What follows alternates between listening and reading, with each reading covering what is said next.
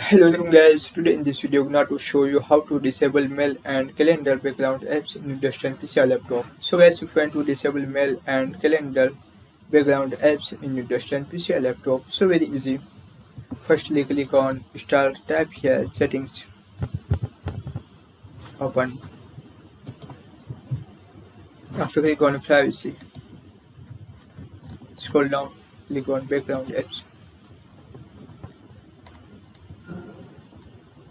scroll down. Here option mail and calendar. So guys, if you want to disable or turn off, so slash to off position. That is. So guys, this is very simple and easy method if you want to disable mail and calendar background apps in your desktop PC or laptop.